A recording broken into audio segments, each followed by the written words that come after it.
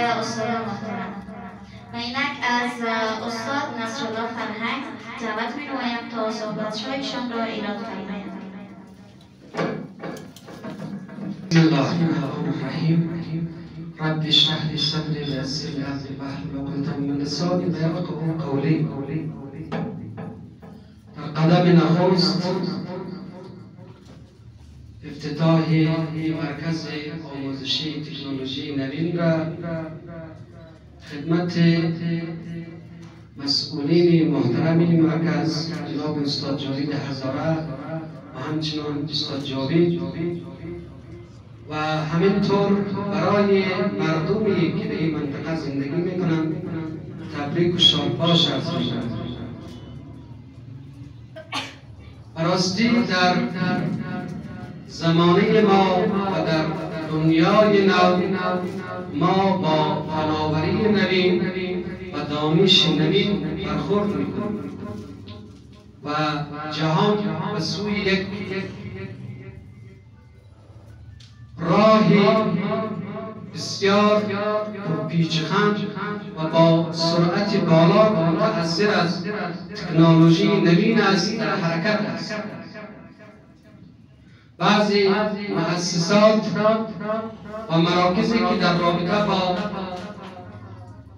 شغل‌های پرکاربرد دنیا نظریات را در طول سالها ارائه می‌کنند، با وجود آمدن تکنولوژی نوین در بخش‌های مختلف از جمله مثلا ما می‌تونیم AI یا Artificial Intelligence هوش مصنوعی اونایی برآورد کرده که شاید تا سال 2030 70% شغل‌های فعلی از بین برد، یعنی 70% مردم شاید بیکار شد که یک برآورد بسیار خطرناک و هشدار دهنده است. اما از سوی دیگر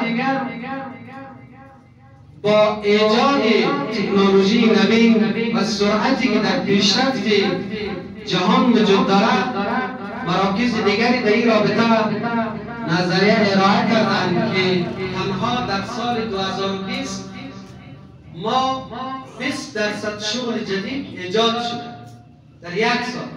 اگر ما تا 2030 70% شغلای کهنه را از دست میدیم، از این طرف با تکنولوژی نوین ما شغلای جدید ایجاد میشه که باز نگرانی بسیار وجود ندارد. اما مهم کجایه؟ مهم ایه که باید نیروی کاری امروز ما مجهز شود با فناوری، با دانش نوین، مجهز شود با آموزش تکنولوژی نوین. امروز شما که در این مرکز از اقشار مختلف، از علما، اساتید، شخصیت‌های سیاسی و بزرگان و جوانانی که حضور دارید، من با شناختی که از این دو بزرگوار مسئولین این مرکز دارم، هم جناب استاد ساحل که یک تجربه بسیار خوبی در عرصه آموزش کامپیوتر و دانش دیجیتالی دارد که تجربه بالایی دارد و دست بالایی در عرصه دارد، و همچنان جناب استاد جاوید هزاره که جوان فعالی است در عرصه مدیریت همچنین مراکز.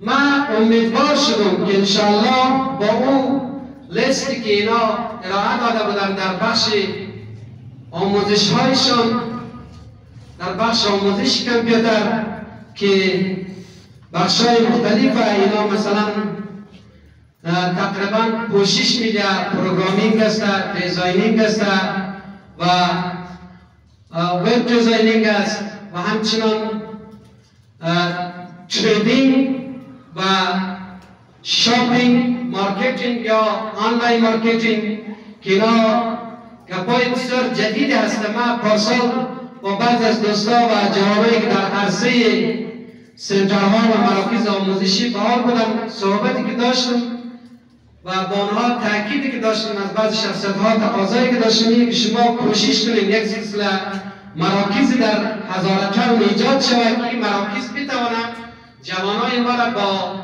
بازار نوین تکنولوژی لااقل آشنا بسازد. هزارها الحمدلله از لحاظ استعداد و ظرفیت ذهنی فوق‌العاده هستند. شک وجود نداره که بچه هزاره، دختر هزاره وارد یک عرصه نوینی بشود، امکانات باشه ولی اینا از او استفاده نکنند. اما در هزارچند ما کمبود داشتیم این بخش. در طول یک سال بعض مراکز الحمدلله ایجاد شده که واقعا امیدوار کننده و این مرکز امروزی هم که ما انشاءالله تا دقایق بعد شاهد بهره برداری و افتتاحش خواهیم بود. با اون لیستی که اینا ارائه کرده و اساتید را که اینا قراره در اینجا استخدام بکنن و شناختی که ما از اونا دارم، انشاءالله اینا در عرصه آموزش تکنولوژی نوین گام بسیار بلندی را برای جوانان این منطقه برخواهند داشت.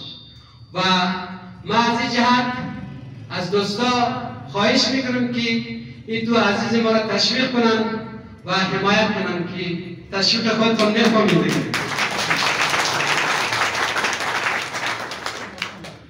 و امروز اهمیت تکنولوژی نوین چیه؟ تکنولوژی نوین در زندگی انسانها در همه بخشهایش نفوذ کرده و دارد مدیریت میکنه. مثلا هوش مصنوعی یا AI، روباتیک و دنیا دارد، زندگی انسانها دارد به سوی اتوماسیون پیش میرد. ما بخواهیم نخواهیم بانکداری در عرصه اقتصاد، کسی که بخواهد در اقتصاد امروز نقش داشته باشد و بزنس داشته باشد، تجارتی داشته باشد، باید از فناوری نوین، از کامپیوتر یک چیزی سر در بیارد، بفهمد. پس توصیه ما به همه شما پدران برادرانیه که در قسمت آموزش فرزندانتان با تکنولوژی نوین و برنامه‌های کامپیوتری به توجهی نکنید. برآوردی که بعضی مراکز امروز کرده است، اونها به این نتیجه رسیده که در عصر کنونی کسی که کامپیوتر بلد نباشه، ولو که تحصیلاتش هر چقدر بالا باشه، در هر بخشی که باشه مهم نیست، علوم سیاسی باشه، در بخش قضا و حقوق باشه، در بخش انجینری باشه، در بخش طب باشه، در بخش اقتصاد باشد، هر بخشی که باشد، اگر یک متخصص با فناوری نوین آشنایی و بلدیت نداشته باشد، از نظر برآوردهای مراکزی که برآورد به اصطلاح علمی دارند، این میگه که آدم‌ها با اون مدارک بالایی که لیسانس باشه، ماستر باشه یا حتی پی‌اچ‌دی باشه، اونا بی‌سواد گفته میشه. دنیای امروز دنیای تکنولوژیه. ناخودآگاه ما در دام تکنولوژی گرفتاریم. در جیب هر کدام شما یک اسمارت فون یا یک تلفن پیشرفته وجود داره، درسته؟ شما باید بلد باشید که چرا لااقل حتی یک کال کردن یا زنگ زدن از اون بلد باشید. بعضی چیزها تکنولوژی چنان در زندگی رسوخ کرده که ما ناخودآگاه یاد میگیریم. نیاز به صنف رفتن هم نیست.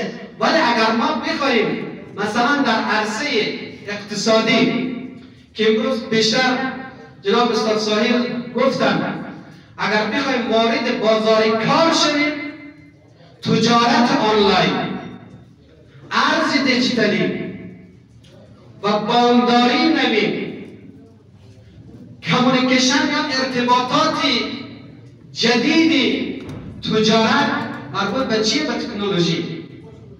پس در حقیقت ما به این باورم و این گپ رو میگم که آموزش و یادگیری تکنولوژی نوین به عنوان یک وجبه امروز شمرده میشه. حتی در مسائل مذهبی مباحث و تحقیقاتی که در رابطه با ادیان و مذاهب گرفته میشه، دیالوگ های بین مذاهبی که امروز صورت میگیره، تقریبا همین کلاب هاوس هایی که صورت میگیره یا در ایکس مثلا شما برنامه هایی را که میبینید یا امو رومینگ کالینگ هایی که صورت میگیرن، یعنی بین اگر یک عالم دینی بلد نباشه که چطور میتونه در این بحث ها بحث شود، او آدم بی‌سواد گفته میشه دیگه. او اگر در کنج خانه خود 10 جلد کتاب هم که نوشته کنن، کتاب از اون کسی امروز سواد حساب نمیکنه. اگر شما میخواهید که امو داده های ذهنی، ظرفیت های فکری تانه برای دنیا، برای جامعه ارائه کنیم، باید مجهز با تکنولوژی نوین شد. یک امر اجتناب ناپذیر شده است. دوستان در برنامه‌ای که گفتم، من در بخش آموزش کامپیوتر مثلا برنامه‌های آفیس و پکیج گرافیک دیزاین که در بازار کار به خاطر دیزاین کارهای گرافیکی امروز پولهای زیادی وجود داره، اما به شکل هر کس نمیتونه، باید بلد باشی. کارهای آنلاین، نفر در آمریکا نیاز به دیزاینی مثلا در یک بخش تجارتی داره، فرض میکنید یک تبلیغات، یک اعلانات یک شرکتی مثلا تویوتا، او ادورتایزر یا اعلانات تجارتی خود در وبسایت خود نشر میکنه که ما این یک صفحه تبلیغاتی میخوایم جور کنیم. یک کسی که از گرافیک دیزاین سر در میاره و یک متخصص باشه، برای از اون مهم نیست که تو افغانی، پاکستانی، مثلا آمریکایی، کجایی، کسی که کار خوب ارائه میده اون میپذیره و پولی گزافر هم برایشی پرداخت میکنن. پس این نیاز به چی داره؟ نیاز به یادگیری داره، نیاز به هزینه داره، هزینه زمان، هزینه اقتصادی خیر است. برای بچه خود 75 و 25 میگیری، یک 5000 دیگه هم برش میتونی که بچه برو در کالانی سنتر، یعنی بخش یاد بگیری. پس اگر میخواین وارد بازار کار دنیای نو بشویم و به عنوان یک شخص تاثیرگذار در هر رشته‌ای که هستید باشید، باید با تکنولوژی چی مجهز شدید، بریم یاد بگیرید در هر سطحی که هستید، خصوصا فرزندانتون، جوانانتون. آنلاین مارکتینگ، مثلا امروز شرکت‌های بزرگ دنیا مثل آمازون و علی بابا و ایبی و شرکت‌های دیگه وجود دارد، روزانه بالای 70 میلیون ترانسپشن داریم. 70 میلیون، شاید بیشتر، حتی بعضش در مرز 150 میلیون در روز میرسه. وقتی کامران آدم نگاه میکنه، اینا در روز این قدر معامله داره، فکر که اگر نیم دلار اینا فایده کنه، اگر 150 معامله داشته باشه در روز چقدر درآمد داره؟